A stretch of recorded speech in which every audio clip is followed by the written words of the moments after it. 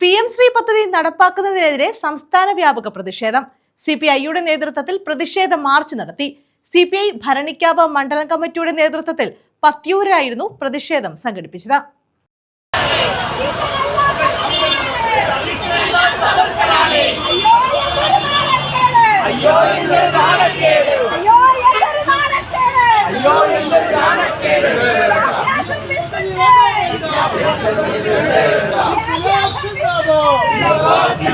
PM Shri പദ്ധതി നടപ്പാക്കുന്നതിൽ പ്രതിഷേധിച്ചാണ് CPI സംസ്ഥാന വ്യാപക പ്രതിഷേധം സംഘടിപ്പിച്ചത്. ഇതിന്റെ ഭാഗമായി CPI ഭരണിക്കാവ് മണ്ഡലം കമ്മിറ്റിയുടെ നേതൃത്വത്തിൽ പത്തിയൂർ ഹൈസ്കൂളിന് സമീപം മാർച്ചും ധർണയും നടത്തി. CPI ജില്ലാ എക്സിക്യൂട്ടീവ് അംഗം KG സന്തോഷ് ഉദ്ഘാടനം ചെയ്തു.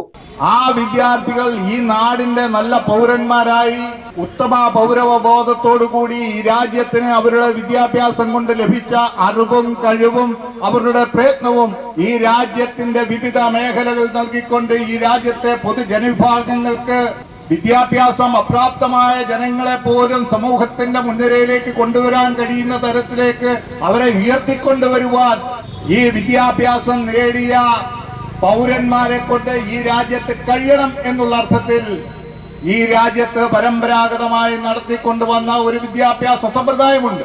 ആ വിദ്യാഭ്യാസ സമ്പ്രദായത്തിൽ ഈ രാജ്യത്തിന്റെ ചരിത്രത്തെ പഠിപ്പിക്കുന്നുണ്ട്.